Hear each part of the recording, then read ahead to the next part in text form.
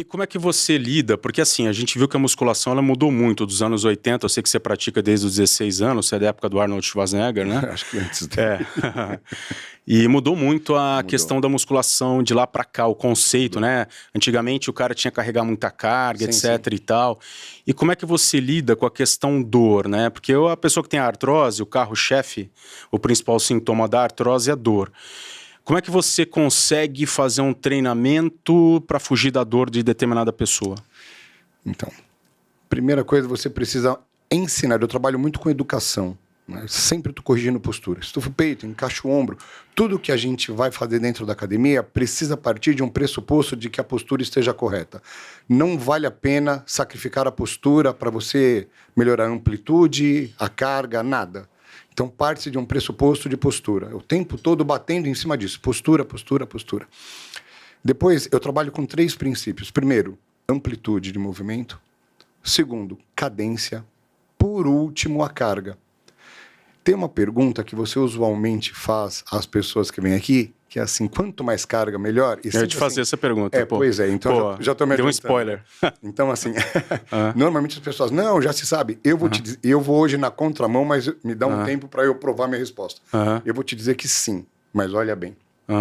Partindo de um protocolo onde a quilagem, onde a carga não é o mais importante, mas é o último numa escala de valores, então se eu tiver uma postura correta, se eu tiver uma amplitude adequada, uma cadência estabelecida, dentro desses critérios, a melhor carga possível, respeitando aqueles fatores que a precedem.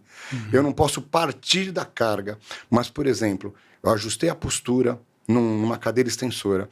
Eu consegui um arco de movimento sem dor. Normalmente dos 90 graus, que é o início do movimento, até metade dele, até os 45, ela não tem dor. Lindo.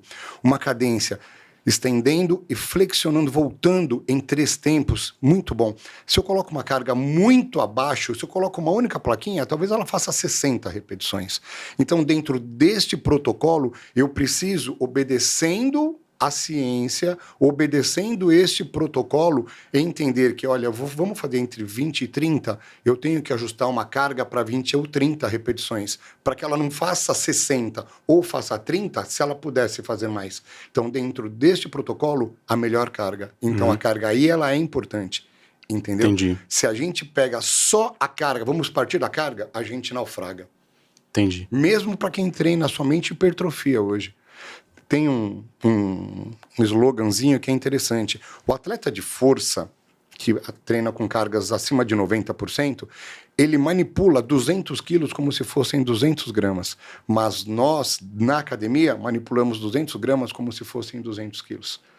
A forma como a gente faz é muito importante. Se para nós é importante, quanto mais para quem está acometido de uma limitação artrogênica. Entendi. Entendeu? Mas vamos lá, a pessoa desenvolveu dor, né? Numa cadeira extensora, por exemplo. Você insiste ou não?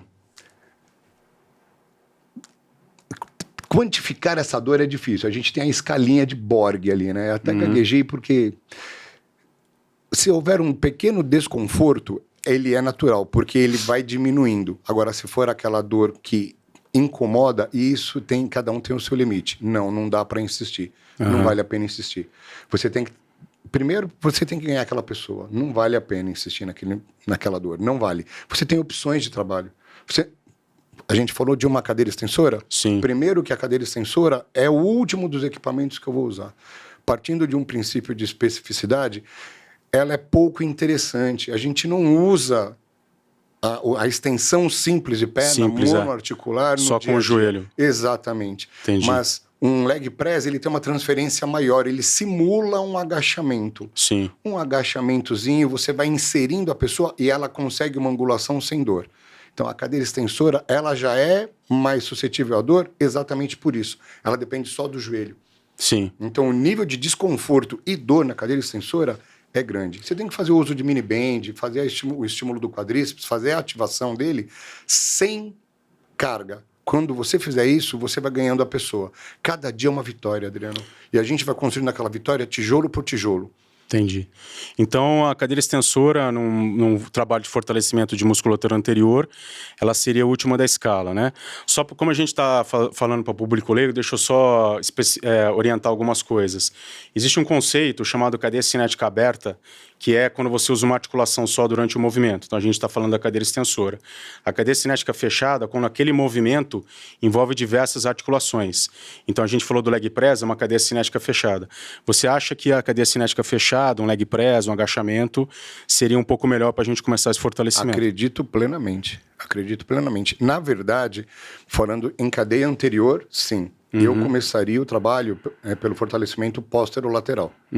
Começaria sempre com trabalho de glúteo médio, não vai trazer desconforto, até porque ela não vai sentir dor nesse movimento. Mas ela não sabe disso, mas ela vai ganhar confiança. E com certeza ele vai estabilizar bem o quadril. Isso vai trazer benefício para o joelho. Falando de artrose ou de condromalácia, que é o estágio anterior, a chance de ter uma atrofia do glúteo médio é muito grande. Então você começa por um trabalho de glúteo médio, numa cadeira abdutora, você pode propor um trabalho de fortalecimento de isquiotibiais, tranquilo, você vai ganhando a pessoa. Ela vai falando, puxa, é possível fazer isso. Então, quando você chega no trabalho de ativação quadricepital, ela já está acreditando na melhora dela. E isso é importante, porque se ela não acredita na melhora dela, não tem o que fazer. O Thiago Fukuda, acho que disse exatamente sobre isso, não foi? Sim. E eu concordo com ele. Se ela não acreditar, Adriano, a gente não evolui.